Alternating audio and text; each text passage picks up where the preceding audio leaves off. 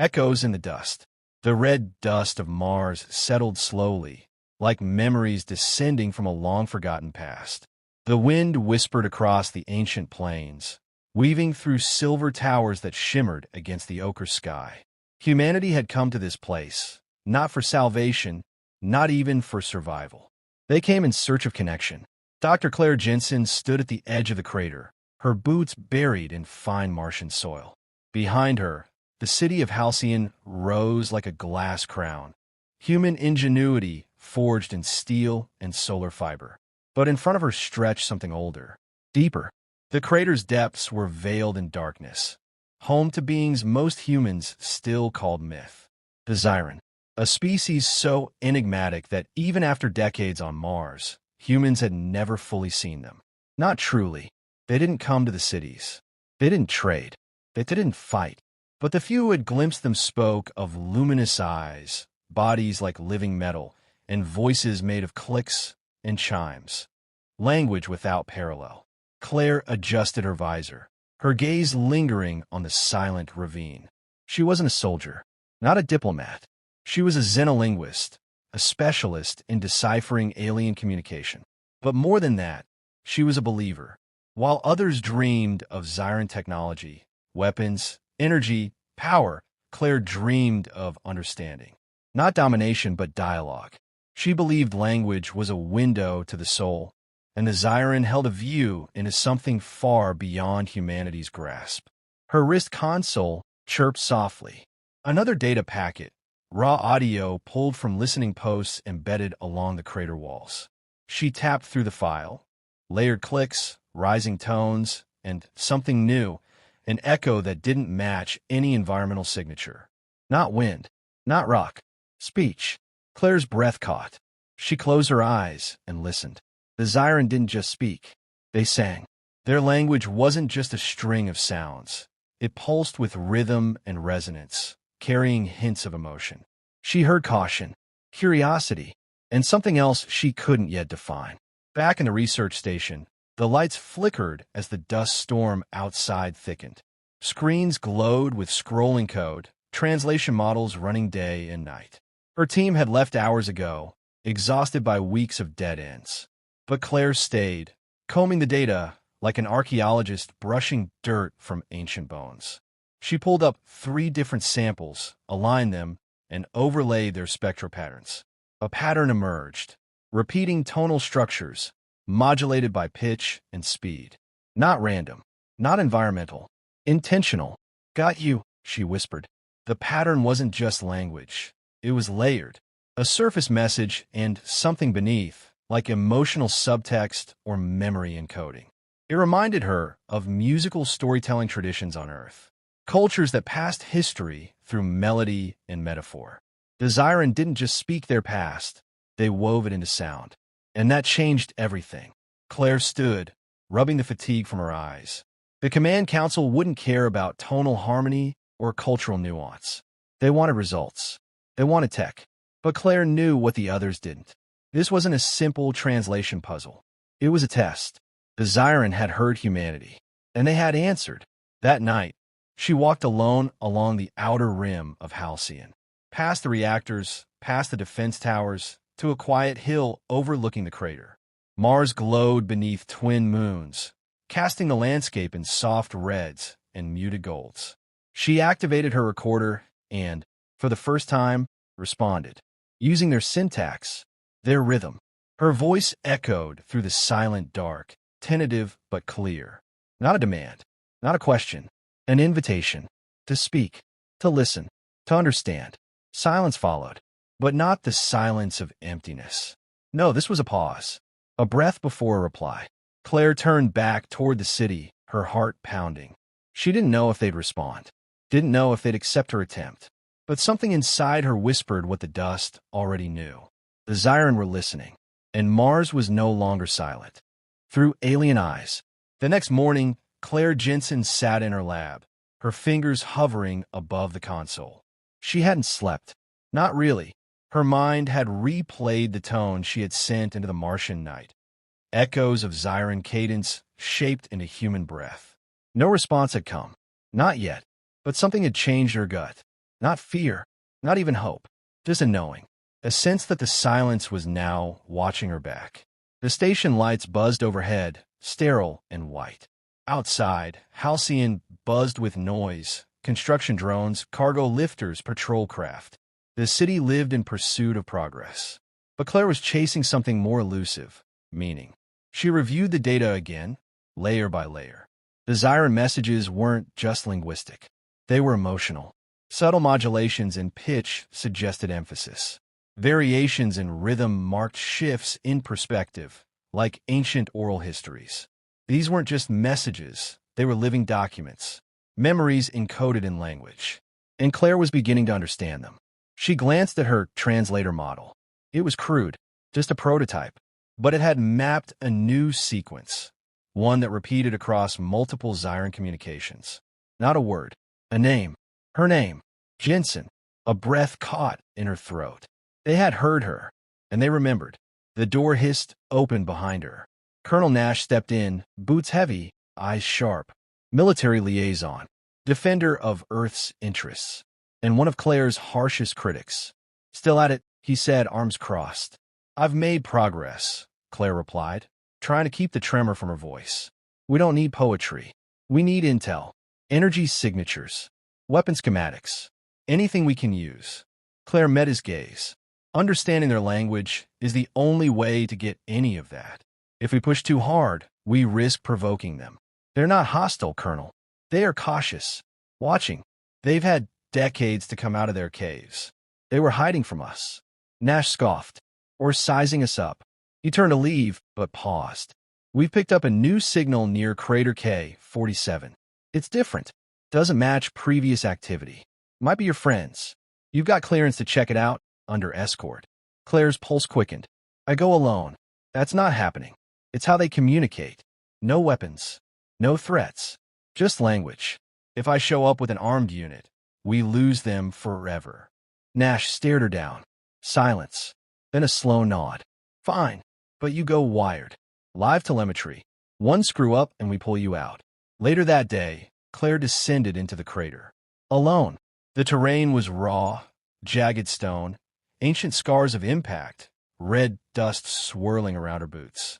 The crater walls rose like silent sentinels. Her drone buzzed overhead, streaming live data back to the surface. At the base, nestled between boulders, she found them. 3 figures, still as statues, skin gleaming like polished obsidian, eyes like twin galaxies. The Zyran stood in silence, towering yet elegant, their limbs folded in ritual posture. Claire stopped several meters away. Her translator activated, pulsing with faint light. She bowed just slightly, a gesture of humility. Her voice was calm, measured. I am Claire Jensen. I hear you. A soft chime echoed from the lead Zyran. A click, a harmonic trill, then silence. The drone interpreted. You listen, not like the others. Claire took a slow breath. I came to understand, not to take. Another click, another trill, this time longer. The translator lagged, then offered. Understanding is not speech. It is remembrance. Claire stepped closer. Her console vibrated with complex sound waves, woven, layered. These were not greetings. They were stories. She was being tested. With great care, Claire played a response, one she had prepared from their patterns. A mimicry of their own syntax, encoded with a message. I seek remembrance. I seek what you choose to share. The Zyran's eyes shifted, subtle, but unmistakable. Recognition. A third Zyran moved forward. It placed a hand on the ground. Red dust rose in delicate spirals. From beneath the soil, a crystal shard emerged, glowing faintly, humming with layered vibrations. The translator buzzed again. This is our truth, not yours to command. Claire knelt, her hands trembling as she received the shard. Her voice barely a whisper. Thank you. The lead Zyran stepped forward, speaking one final time. We watched others come. They saw us as machines. They fell. You see a mirror. That may yet save you. Then, like shadows folding into the wind, the Zyran disappeared into the stone. Claire stood in silence, the crystal warm in her palm. Not power, not treasure. A message, a chance. As she climbed back toward the surface, the sky above darkened. The storm was coming, but so was understanding. The crater meeting. The storm had passed.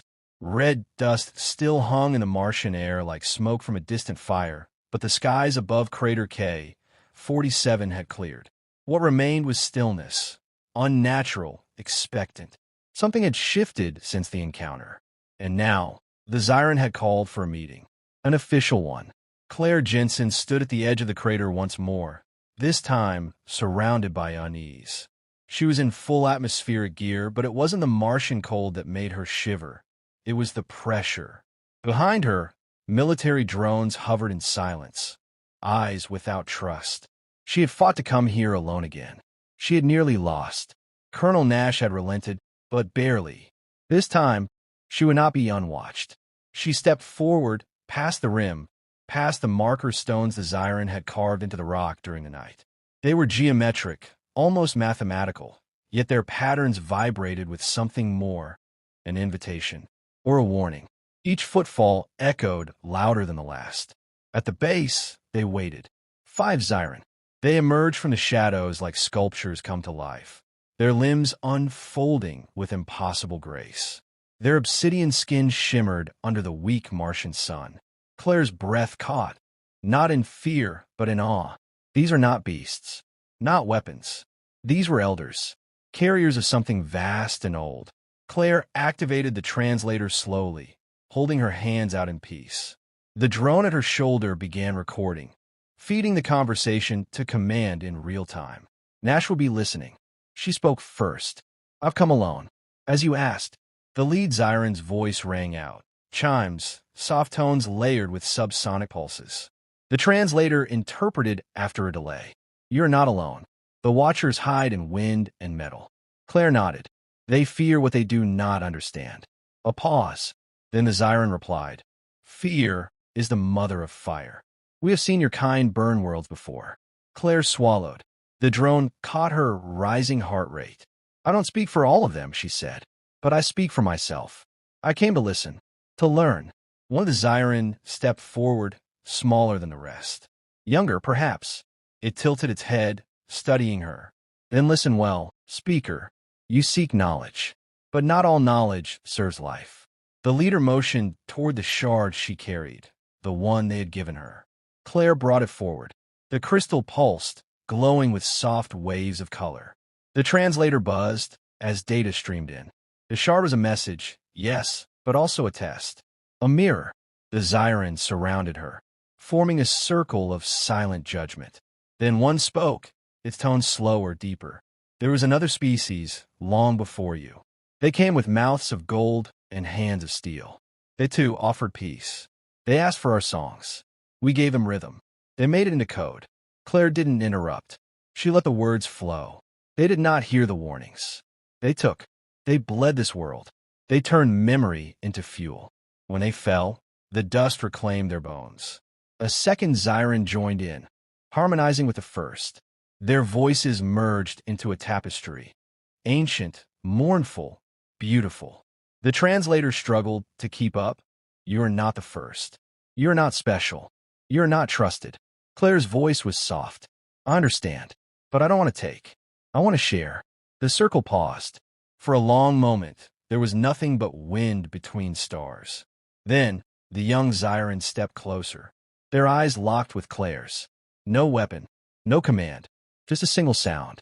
A rising tone, ending in a clicking flourish. The translator translated, and for the first time, it sounded unsure. You carry both light and shadow. Which will you feed? Claire didn't answer immediately.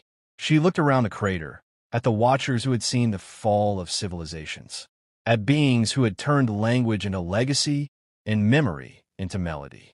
I carry choice, she said at last. We all do. The leader stepped forward.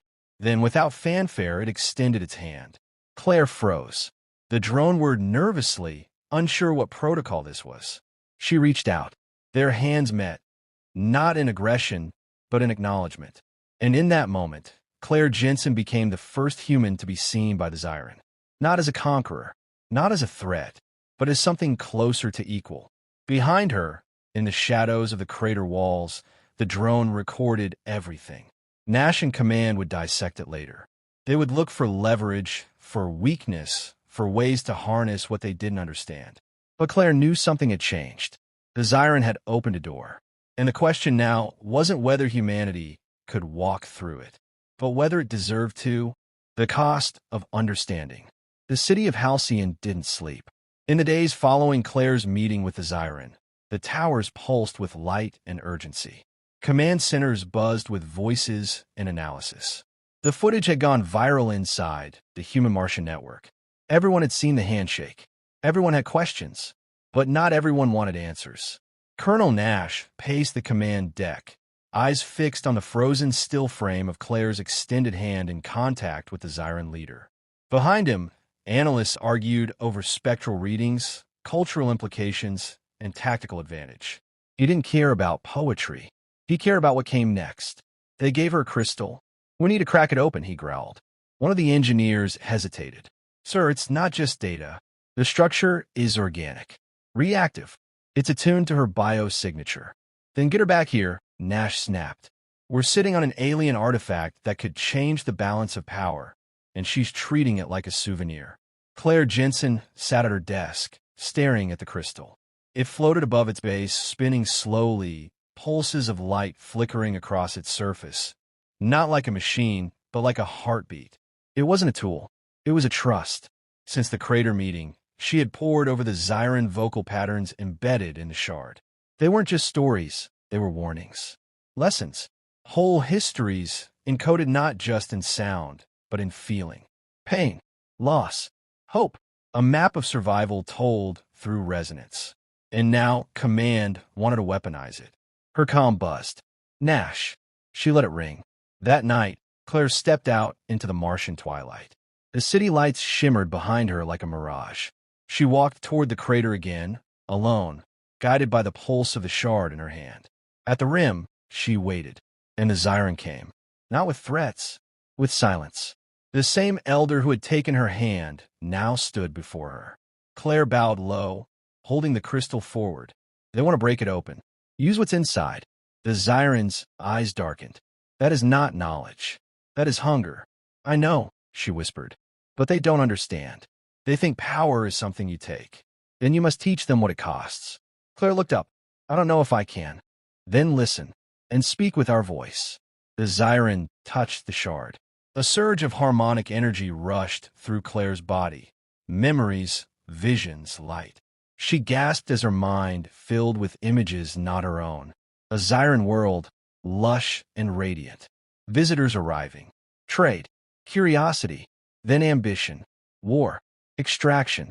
And then silence. Ash. The Zyran had not always lived in craters.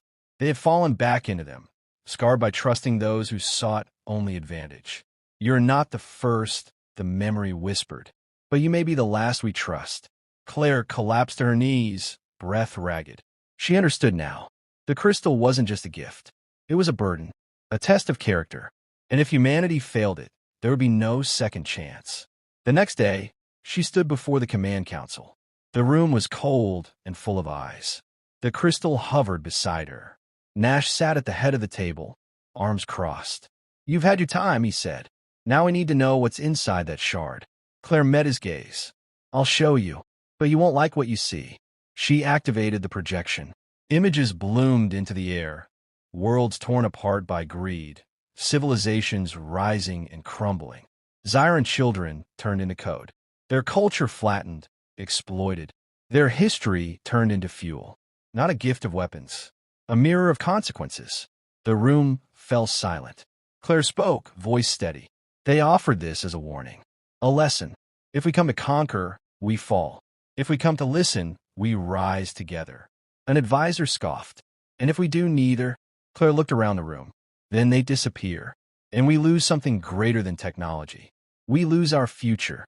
Nash rose. "You expect us to trust them? Just like that?" "No," Claire said. "I expect you to earn it." Later that night, Claire stood at the observatory, staring into the Martian sky. The stars burned with cold brilliance. Behind her, the crystal pulsed faintly, soft, gentle, waiting. She didn't know what the council would decide. She couldn't control the ambitions of generals or politicians. But she knew this. She had spoken the truth, and the Zyran had listened. Now, the question was no longer whether humans could connect. It was whether they would. And time, like the stars above, was still moving forward. A new language. Mars was quiet again. Weeks had passed since Claire Jensen's testimony before the council. The storm of political debate had come and gone, but the question still lingered in the red dust.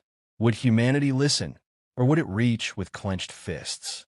The answer, surprisingly, came not in words, but in silence. The Zyran had vanished. No further contact, no appearances, no sound. It was as if they had folded themselves back into the Martian soil, waiting, watching, or judging. Claire spent those days back at the edge of crater K-47, sitting with the crystal shard beside her like a companion. The artifact no longer pulsed. It hummed a low, steady tone that shifted ever so slightly depending on her thoughts, her breathing, her heartbeat. It was alive, not in the way a machine was alive, in the way memory was alive, and it was waiting for something. Halcyon had changed. The towers still gleamed. The ships still landed. The dreams of expansion, progress, and conquest still stirred in some hearts. But something had shifted in the undercurrent. Claire's recordings, her direct transmissions from the crater, the voices of the Zyran, the projection of their history, had not been locked away. The Council, under pressure from civilian science groups and unexpected public support, had voted to release the data. People watched, and they felt. A new philosophy began to bloom across the colony. Not everywhere, not all at once, but enough. Engineers stopped looking at Zyran Tech as a vault to be cracked and started seeing it as a bridge, a dialogue. They studied the crystal not for power, but for meaning. Claire began teaching, not linguistics, but understanding. She brought in young researchers, artists, builders. Together, they created something the Martian cities had never had before. A place not of extraction, but of exchange. Then, one night, Claire was alone again. Same place, same ritual. Crater K-47. She stood with the crystal in her hands, the sky painted in burnt orange and distant stars. She didn't speak. She simply placed the shard on the ground and stepped back. And waited. At first, nothing. Then the dust shifted. They rose like figures from myth. Silent. Composed. Watching. Zyran, the elder from before, stepped forward. This time, no translation was needed. Claire understood the tone, the rhythm, the resonance behind the words. You chose reflection over hunger. She nodded slowly. We still have far to go. All do. But now you walk with eyes open. Claire took a breath. Will you teach us? The Zyran extended a hand. Not an offer this time, but an agreement. You are ready to learn. Not because you are strong, but because you are listening. Another Zyran stepped forward, placing a new shard beside the old one. Larger, multifaceted. It glowed with a deeper light. Claire picked it up. It pulsed like breath. This is not technology, the Zyran said. It is us. She bowed her head. And we'll protect it. Together. The next sunrise brought something Mars had never seen before. Not a monument. Not a weapon. But a school. Carved into the side of crater K-47. It rose not with the gleam of conquest, but with the grace of understanding. Built by humans, guided by Zyran. Not a place of power, but of perspective. The first intercultural station. Children were the first to visit. Students in red-dusted boots, laughing as they mimicked the melodic tones of the Zyran language, their translators clicking and chiming in rhythm. For the first time, Mars echoed not with the roar of industry, but with song. Claire stood beside the Zyran elder, overlooking the new site. They'll want more, she said quietly. Knowledge, resources, power. Then give them wisdom instead. In the years that followed, Mars changed. The technology the Zyran shared was unlike anything Earth had imagined. But it wasn't about domination or speed or control. It was about balance. Energy systems tuned to the Martian winds. Medicine built from vibrational healing. Architecture that adapted to its inhabitants rather than reshaped them. The more humans learned to listen, the more the Zyran revealed. And slowly, The line between species began to blur, not in biology, but in spirit. Claire Jensen's name became legend, not for breaking barriers, but for speaking softly enough to hear what others never tried to say. When she passed, the Zyran carved her story into stone, not as a conqueror, but as a bridge. Her legacy was not a monument. It was a question. What are you listening for? And across Mars, on dusty plains and in deep craters, children ask that question every day, clicking in rhythm, humming in harmony, shaping a new future not through domination, but through understanding. In the end, the stars were not won. They were earned.